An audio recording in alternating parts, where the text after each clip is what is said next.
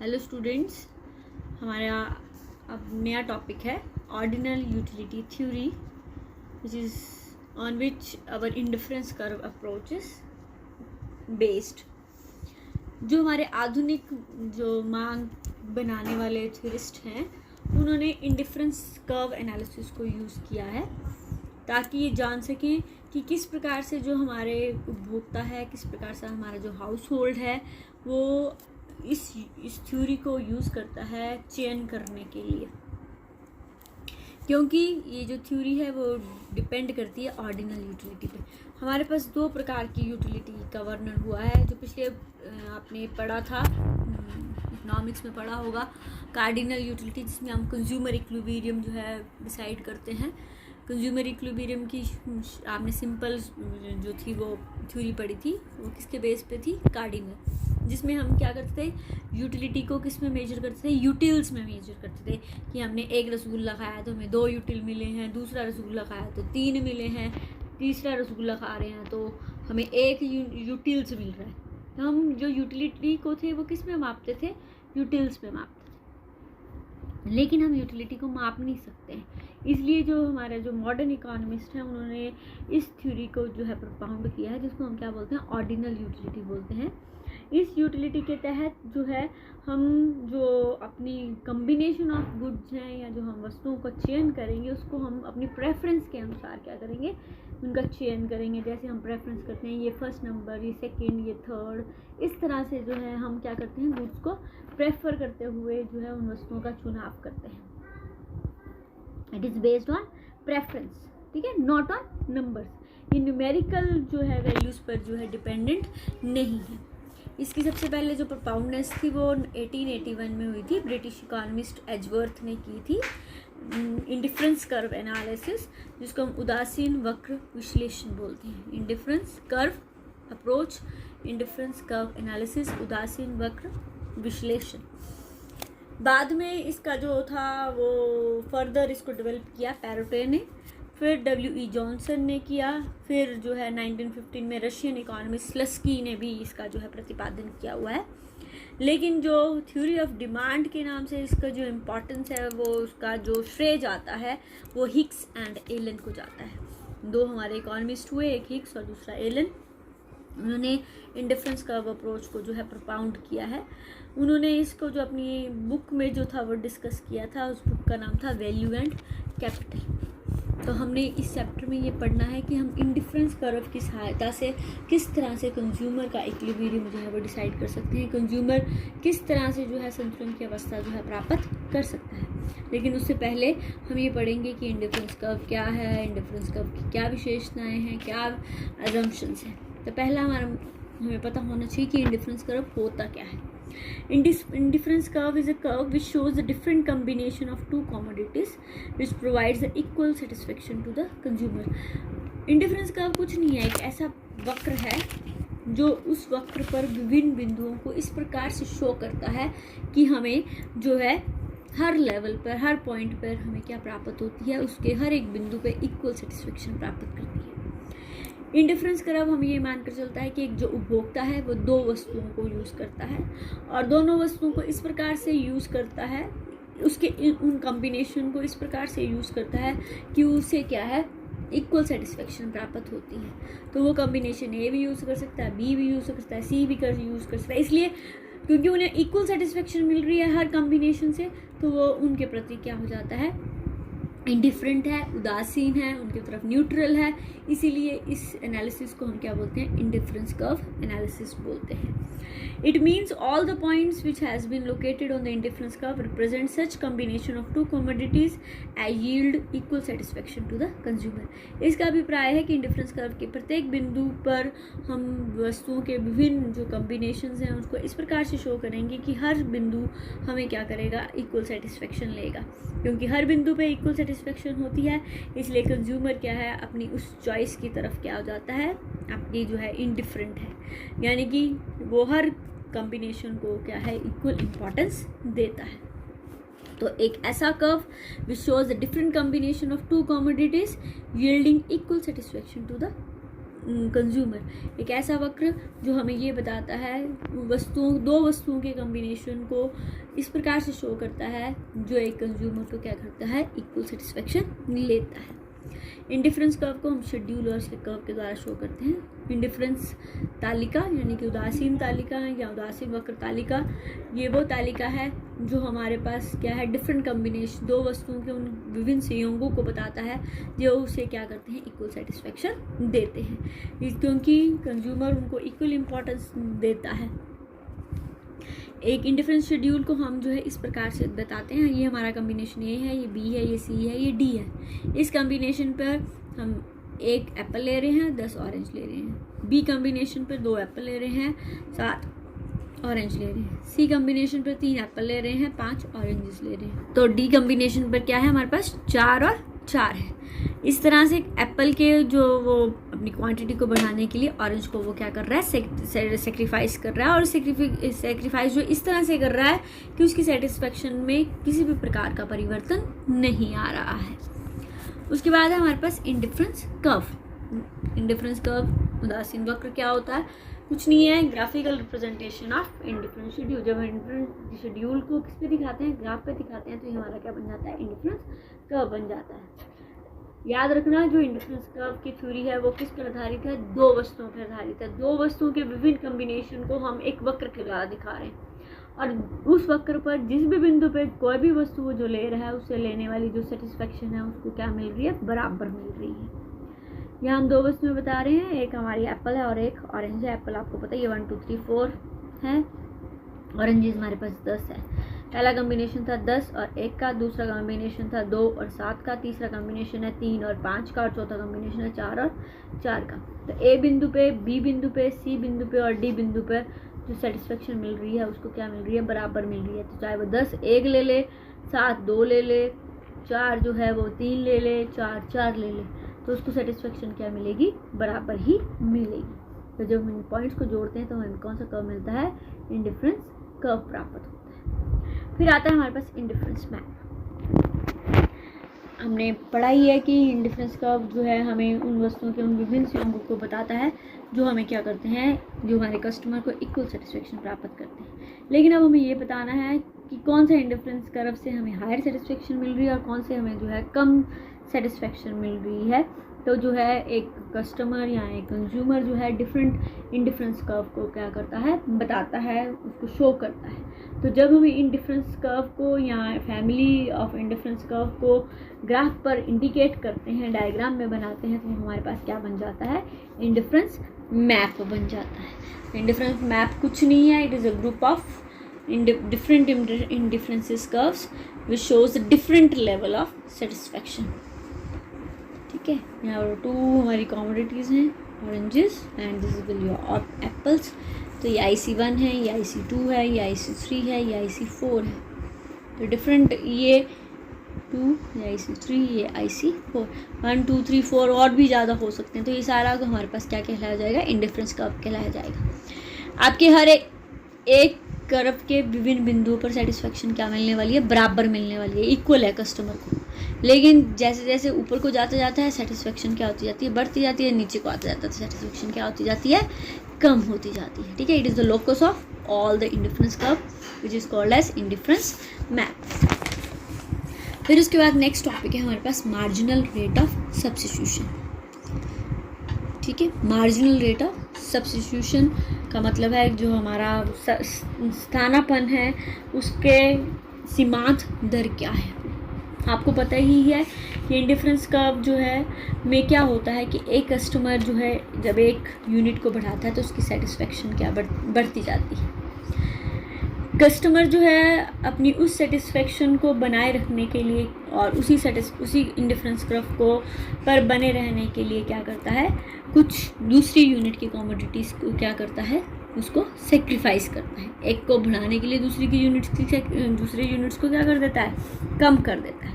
लेकिन वो जो आपके पास एक्सचेंज है, जो आपके पास सेक्रीफाइस है, वो इस प्रकार से करता है कि जो आपके पास यूटिलिटी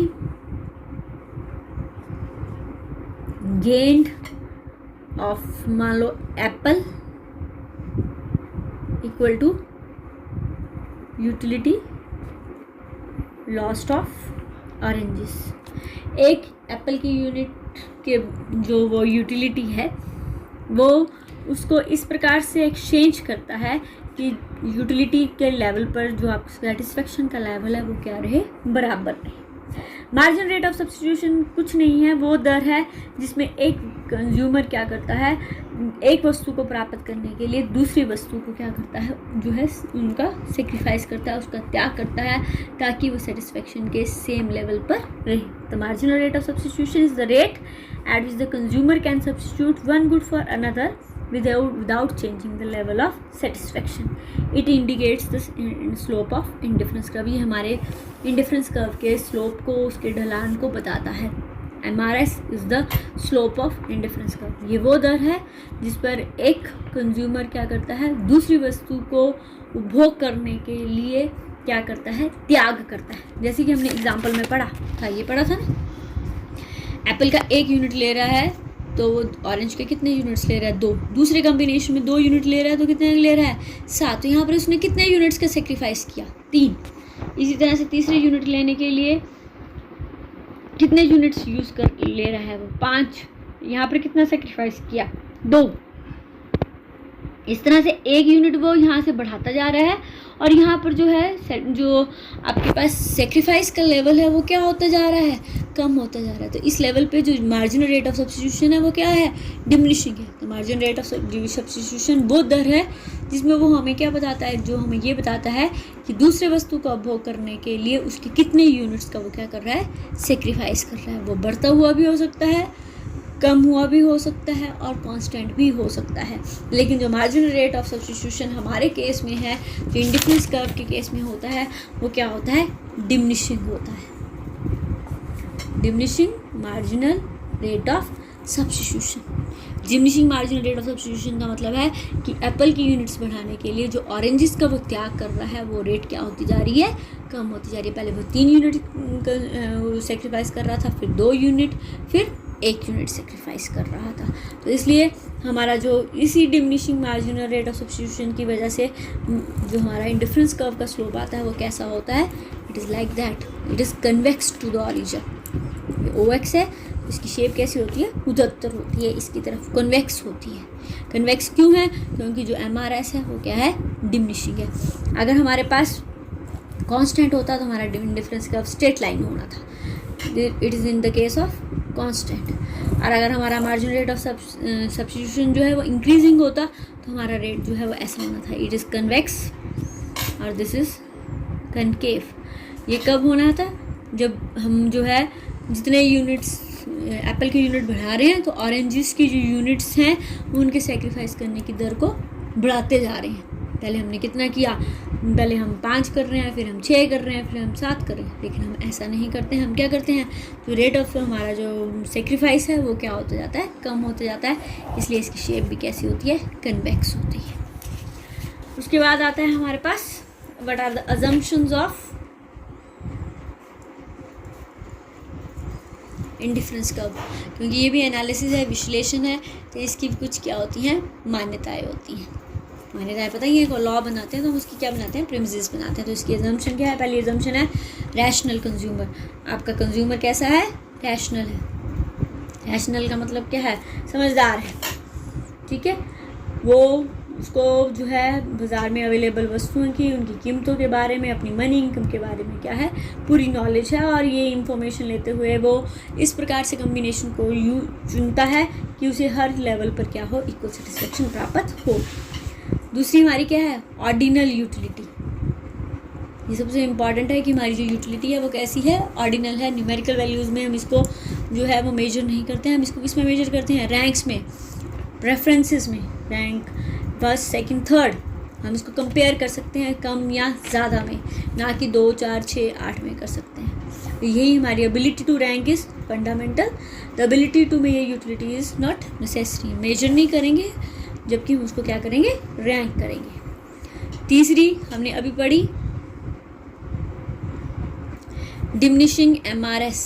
जो हमारा मार्जिनल रेट ऑफ सब्स्टिट्यूशन है वो कैसा है, डिमिनिशिंग है, घटता हुआ है। घटते हुए का मतलब क्या है, जब हम एक यूनिट को बढ़ा रहे हैं तो दूसरे यूनिट की जो सेक्रीफाइस करने की दर है वो क्या होती जाती है, हमारी कम होती जा रही है। चौथी है नॉन सैटिटी।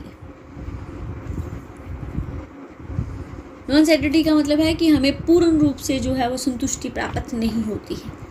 कंज्यूमर हमेशा मोर और लेस के बीच में क्या करता है, प्रेफर करता है। ठीक है, वो ये चाहता है कि 5 रसगुल्लों की जगह उसे 2 रसगुल्ले मिले, ये नहीं कि 5 की जगह उसे कुछ भी ना मिले। तो इसलिए ये किस पर आधारित है कि हमें पूर्ण रूप से जो है वो जो सेटिस्फेक्शन वो प्राप्त नहीं होती है। 5वीं है कंसिस्टेंसी इन सिलेक्शन, एक समानता। जो कंज्यूमर का बिहेवियर है वो कंसिस्टेंट है, एक जैसा है। अगर वो किसी पॉइंट पर ए गुड्स को बी की जगह प्रेफर करता है तो किसी दूसरे टाइम पर वो बी को ए से प्रेफर नहीं करता। If A is greater than B तो B is not greater than A.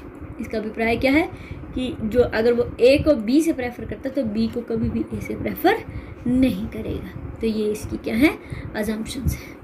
Next है हमारे पास प्रॉपर्टीज ऑफ इंडिफरेंस कर्व। क्या आपके पास कैसे क्या बोलेंगे कि इंडिफरेंस कर्व किस नेचर का होता है, किस प्रकृति का होता है। सबसे पहले it slopes downward from left to right. ये इसका जो ढलान है वो कैसा होता है, ऋणात्मक होता है। ठीक है, हमने पढ़ा ही है कि इंडिफरेंस कर्व क्या बताता है, हमारे पास 2 वस्तुओं के उन कॉम्बिनेशंस को बनाता है जिस जो हो उनको क्या प्राप्त करते हैं, इक्वल सेटिस्फेक्शन देते हैं। ये हमारे पास एक कॉम्बिनेशन है जिसमें ओ डी जो है वो ऑरेंजेस ले रहा है और ओ आर जो है वो एप्पल ले रहा है। दूसरी कॉम्बिनेशन में ओ सी ऑरेंजेस ले रहा है और ओ एन जो है वो एप्पल ले रहा है। और इसका जो ढलान है वो कैसा होगा, ऊपर से नीचे की होगा। ये जो प्रॉपर्टी है इस मान्यता पर आधारित है कि जब एक कंज्यूमर जो है एक वस्तु की ज़्यादा कॉमोडिटीज लेता है तो दूसरे वस्तु की उसे क्या करना पड़ेगा, कम जो है वो वस्तुएं लेनी पड़ेंगी, तभी वो क्या होगा, इक्वल लेवल ऑफ सेटिस्फेक्शन पे होगा। क्योंकि हम हमेशा ये मानकर चलते हैं कि ऐसा है कि वो जो संतुष्टि प्राप्त करने के लिए कभी भी किसी भी वस्तु की मात्रा को 0 नहीं लेता है, लेकिन वो क्या करता है, कम ले सकता है। तो इसलिए एक वस्तु की ज़्यादा और दूसरी वस्तु की कम वस्तुओं के साथ वो क्या करता है, उनको कंबाइन करता है, जिसके कारण हमारा जो इंडिफरेंस कर्व होता है वो ऊपर से नीचे की ओर होता है। ठीक है, ये हम जैसे जैसे हमने पढ़ा था कि जैसे जैसे जो कंज्यूमर है वो दूसरी वस्तु को कंज्यूम करता जाता है तो जो दूसरी वस्तु का जो उसका आपके पास सेक्रीफाइस है वो भी क्या होता जाता है, कम होता जाता है। तो मोर के साथ वो क्या करता है, लेस को कंबाइन करता है। ऐसा नहीं हो सकता कि एक की वो 0 ले ले और एक की वो जो है सारी ले ले, ऐसा पॉसिबल नहीं होगा, क्योंकि यहाँ पर ये जो है 2 वस्तुओं को वो कंबाइन करेगा, इस प्रकार से कंबाइन करेगा कि उसको जो है सेटिस्फेक्शन क्या हो जाए, बराबर हो जाए। तो इससे पहली प्रॉपर्टी इसकी क्या होती है कि it slopes downward from left to right. इसका जो स्लोप है, इसका जो ढलान है वो कैसा होता है, ऊपर से नीचे की ओर होता है। दूसरी प्रॉपर्टी बहुत इंपॉर्टेंट है, कन्वेक्स टू द ओरिजिन। जो इंडिफरेंस कर्व है उसकी प्रॉपर्टी, वो जो हमारा डायग्राम है उसके लिए भी यही डायग्राम चलेगा। इसकी जो शेप होती है वो कैसी होती है, it is convex to the origin. Origin के पीछे होता है। इसका मतलब क्या है कि जो ये इंडिफरेंस कर्व की जो शेप होती है ये किसके कारण होती है, मार्जिनल रेट ऑफ सब्स्टिट्यूशन के कारण होती है। और जो हमारे पास इंडिफरेंस कर्व का जो प्रॉपर्टी है, जो अजम्पशन है, वो कैसी होती है, इट इज डिमिनिशिंग। डिमिनिशिंग का मतलब क्या है कि जब हम एक वस्तु के उपभोग को बढ़ाते हैं तो दूसरे वस्तु का जो त्याग करते हैं उसकी मात्रा को क्या करते जाते हैं, हम कम करते जाते हैं। अगर ऐसा नहीं होता, अगर इंक्रीजिंग होता तो इसकी शेप कैसी होनी थी, या तो ऐसी होनी थी। अगर जो है वो बराबर मात्रा में उसका सेक्रीफाइस कर रहा है तो इसकी शेप कैसी होनी थी, आपका स्ट्रेट लाइन होनी थी। लेकिन हमारे पास जो MRS है, मार्जिनल रेट ऑफ सब्स्टिट्यूशन है, उनके जो सेक्रीफाइस करने की दर है वो कैसी होती है, घट रही होती है। इसलिए इंडिफरेंस कर्व जो है वो कैसा होता है, कन्वेक्स टू द ओरिजिन होता है, ओरिजिन की तरफ उद्धोत्तर होता है। तीसरी जो हमारी प्रॉपर्टी है,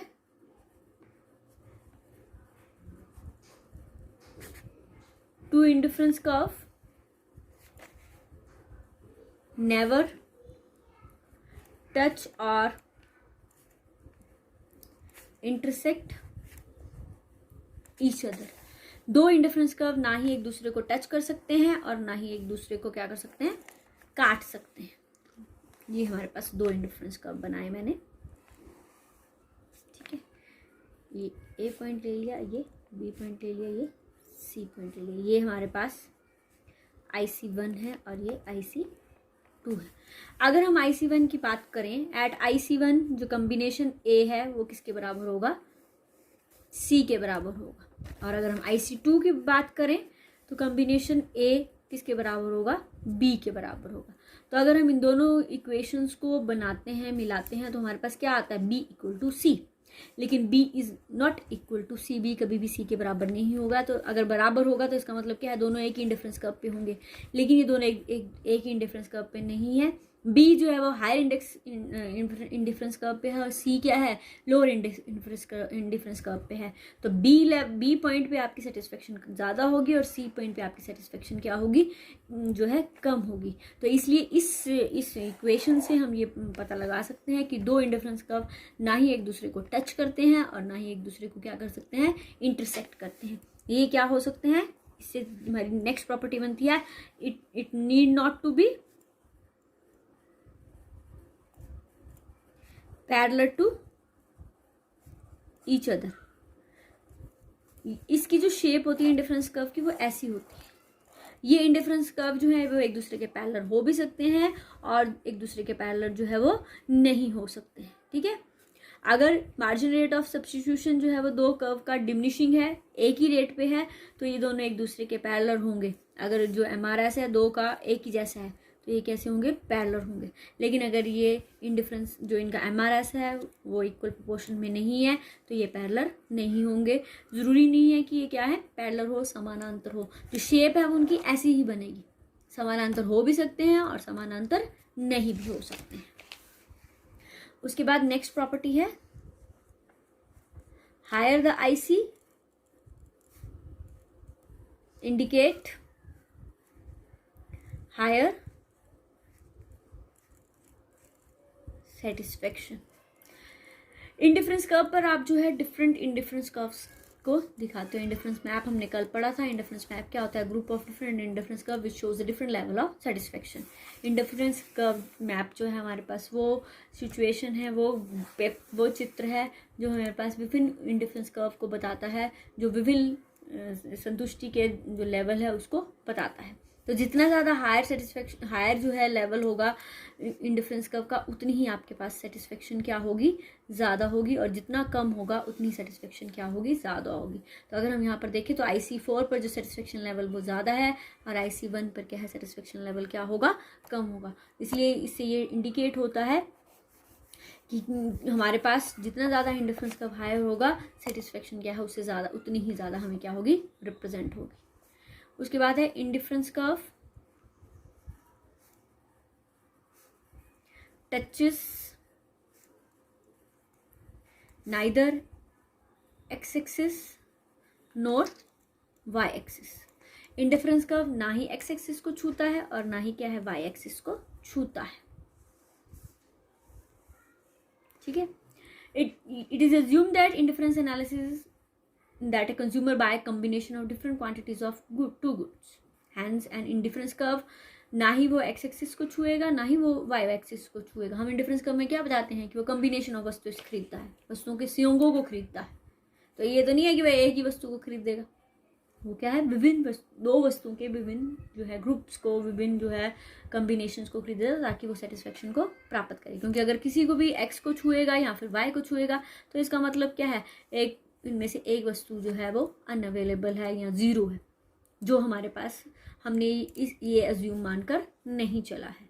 तो ये कॉम्बिनेशन जो है हमारे पास, हम इस तरह से मानकर नहीं चल सकते कि एक वस्तु वो ज़ीरो खरीद रहा है और दूसरी वस्तु जो है वो ज़्यादा खरीद रहा है। हमने क्या करना है, हम कॉम्बिनेशन ऑफ वस्तुओं की बात कर रहे हैं।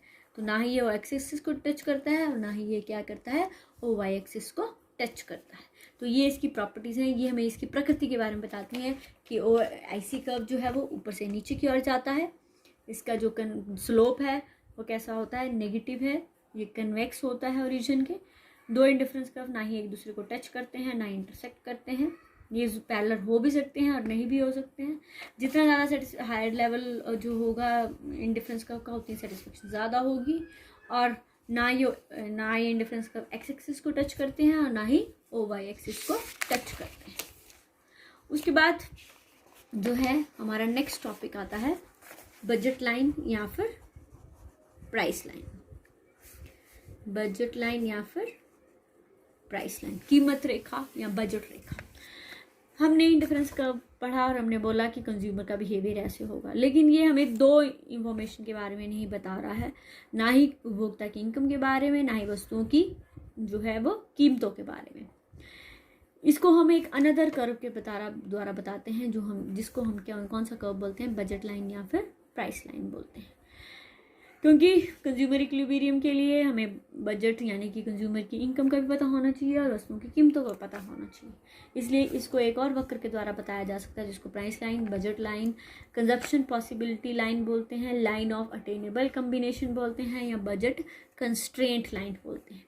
तो प्राइस लाइन वो लाइन है जो हमें ये बताती है कि अगर हम अपनी सारी इनकम को स्पेंड कर देंगे तो कितने कम्बिनेशन ऑफ गुड्स को हम खरीद सकते हैं। But the price line shows the combination of goods that can be purchased if the entire income is spent. अगर उपभोक्ता अपनी सारी इनकम खर्च कर देता है तो किन संयोगों को दो वस्तुओं के किन संयोगों को जो है वो खर्च सकता है। और budget line is that line which shows the different combination of two commodity that consumer can purchase given his money income and price of the commodity. कीमत रेखा वो रेखा है जो हमें ये बताती है कि उपभोक्ता वस्तुओं के उन दो संयोगों को कैसे विभिन्न संयोगों को किस प्रकार से खरीद सकता है अगर उसकी इनकम और वस्तुओं की कीमतें जो हैं दी होंगी। इसकी हम एक्सप्लेनेशन कर सकते हैं ऐसे। हमारे पास टू कमोडिटीज़ हैं, एक है हमारे पास एप्पल और दूसरे हमारे पास हैं ऑरेंजेस। और कंज्यूमर की इनकम बोली है आपके पास कितनी है, 4 रुपये उसकी इनकम है। ठीक है, जो एप्पल के प्राइसेस हैं वो ₹1 है और इसके जो प्राइस हैं वो 0.50 यानी कि 50 पैसे पर ऑरेंज और 1 रुपये एप्पल के। अगर हम कंजप्शन पैटर्न्स को देखें तो हमारे पास 4 रुपये इनकम है, तो अगर हम सारे के सारे ऑरेंजेस लेते हैं तो हमें 8 ऑरेंज मिलते हैं और 0 एप्पल मिलता है। दूसरी कॉम्बिनेशन में क्या है, हम 1 एप्पल ले लेते हैं और 6 ऑरेंज ले लेते हैं। तीसरे कॉम्बिनेशन में हमारे पास क्या है, 2 एप्पल ले लेते हैं और 4 ऑरेंज ले लेते हैं। चौथे कॉम्बिनेशन में क्या है, 3 एप्पल ले लेते हैं और 2, और सारे के सारे एप्पल ले लेते हैं और कोई भी ऑरेंज नहीं ले सकते। इंडिफरेंस कर्व जो है 0 नहीं हो, 0 मतलब ओ एक्सिस और ओ वाई एक्सिस को टच नहीं करता है। लेकिन प्राइस लाइन हमारे पास क्या है, 0 मतलब कि एक्स एक्सिस और वाई एक्सिस दोनों को टच कर सकती है। तो अगर हम इनको जो है डायग्राम पर प्रेजेंट करें, ऑरेंजेस हैं और यहाँ पर क्या है हमारे पास एप्पल्स हैं। 1 2 3 4 1 2 3 4 5 6 7 8। तो ये हमारे डिफरेंट कॉम्बिनेशंस थे, जिसमें 8 ऑरेंजेस थे, 6 थे, देन 4 था, देन 2 था और यहाँ पर 4। तो जब हम इस लाइन को आपके पास आएगी तो ये लाइन हमारे पास क्या कहलाई जाती है, A B line is called as the price line और बजट लाइन, क्योंकि ये हमें ये बताती है कि अगर हम किस प्रकार से वस्तुओं के जो है कॉम्बिनेशंस को खरीद रहे हैं। अगर हम सारी इनकम को स्पेंड कर देंगे और हमें वस्तुओं की कीमत दी गई होगी। जो slope of the budget line है वो किसके बराबर होगा, स्लोप का मतलब होता है ढाल। ये जो ढाल आ रही है हमारे पास, slope of budget line equals to, ये माइनस में होगी price of apple over price of oranges. Slope of budget line refers to the price ratio of 2 goods. ठीक है, जो प्राइस रेशो है 2 वस्तुओं की, उसके अनुपात को हम क्या बोलते हैं, बजट लाइन का स्लोप बोलते हैं। और इसके आगे नेगेटिव होता है।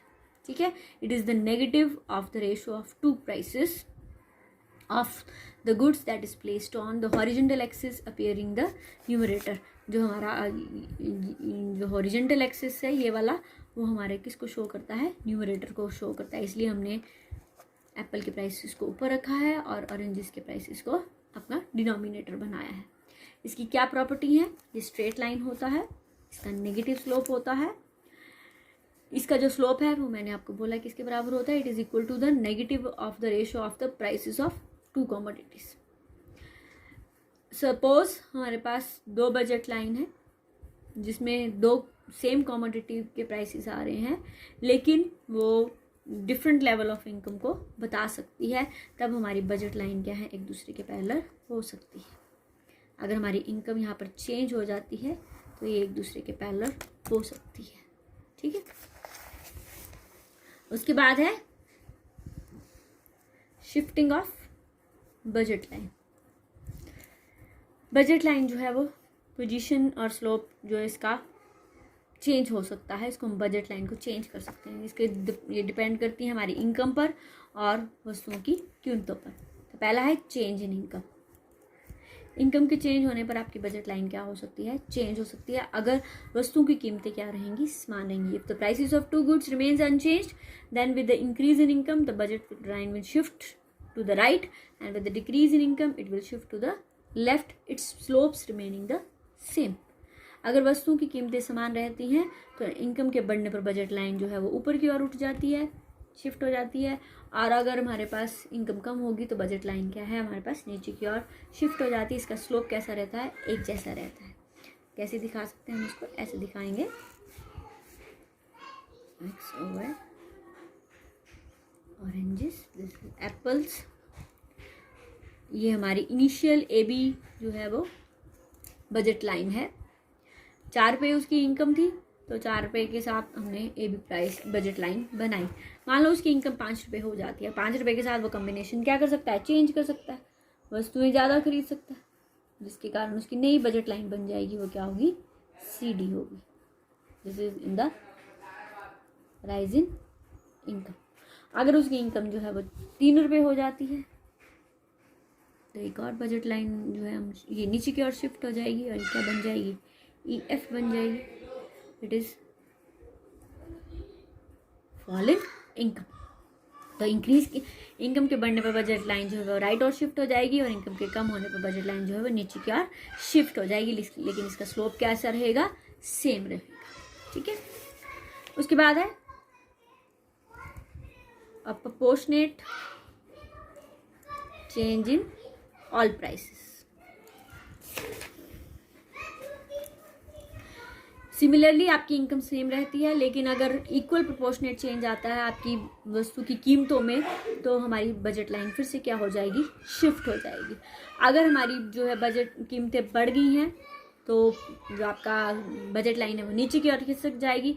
अगर हमारी कीमतें कम हुई हैं तो वो क्या हो जाएगी, ऊपर की ओर शिफ्ट हो जाएगी। प्रोपोर्शनेट जो चेंज है मतलब इक्वल चेंज आ रहा है, सेम चेंज आ रहा है। ठीक है, अगर 50% इंक्रीज हुई है दोनों में तो वो नीचे की ओर शिफ्ट हो जाएगी। मान लो 50% डिक्रीज हुई है तो वो ऊपर की ओर शिफ्ट हो जाएगी। This is your initial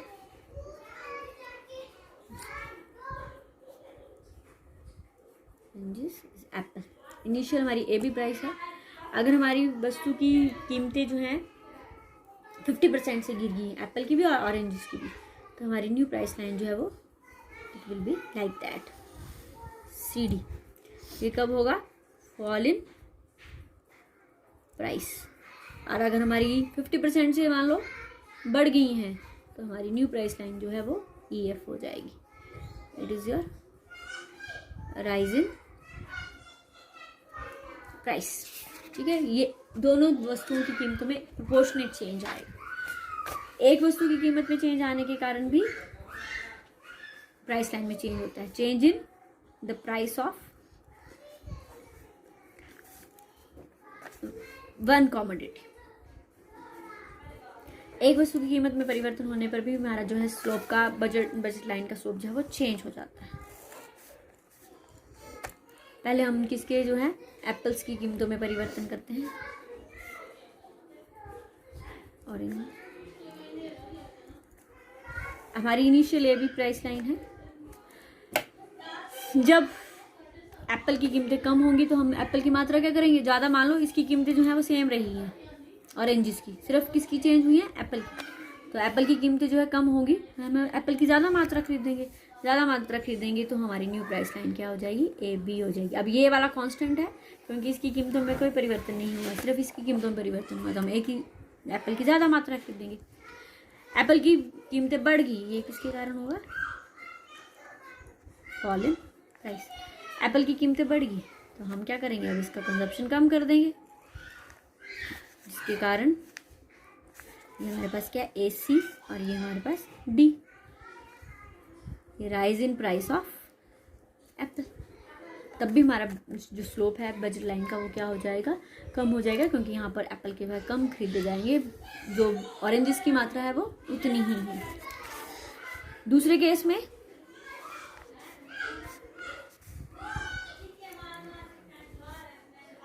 oranges ही हैं और यहाँ पर एप्पल है। ये हमारी इनिशियल AB प्राइस जो है वो बजट लाइन है।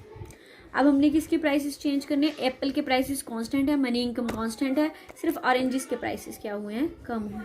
तो अगर ऑरेंजेस के प्राइसेस कम हुए हैं तो हमारी प्राइस लाइन कैसी हो जाएगी, हम ऑरेंजेस की ज़्यादा मात्रा खरीदेंगे, this is fall in price. तो हमारी जो प्राइस लाइन है वो क्या बन जाएगी, BC। लेकिन अगर हमारी इसकी कीमतें क्या हुई हैं, बढ़ गई हैं, तो हम क्या करेंगे, इसकी मात्रा को कम खरीदेंगे, हमारा जो न्यू प्राइस लाइन है वो कैसे हो जाएगी, BD। तो ये नीचे की ओर शिफ्ट कर जाएगी। तो बजट लाइन का स्लोप जो है वो चेंज हो जाता है, इंडिफरेंस कर्व का स्लोप जो है वो चेंज नहीं होता, वो कैसा रहता है, वो डिमिनिश रहता है, कन्वेक्स टू द ओरिजिन रहता है। तो ये दो हमारे पास फंडामेंटल हैं जिसके द्वारा हम कंज्यूमर इक्विलिब्रियम जो है वो डिसाइड करते हैं। तो ये हमारा आज तक का टॉपिक था, इसमें हमने क्या पढ़ा, properties of indifference curve, indifference map, indifference schedule, और फिर ये हमारे पास क्या है, बजट लाइन, और बजट लाइन में किस प्रकार से जो है परिवर्तन आता है। फिर इसके बाद हम करेंगे कंज्यूमर इक्विलिब्रियम।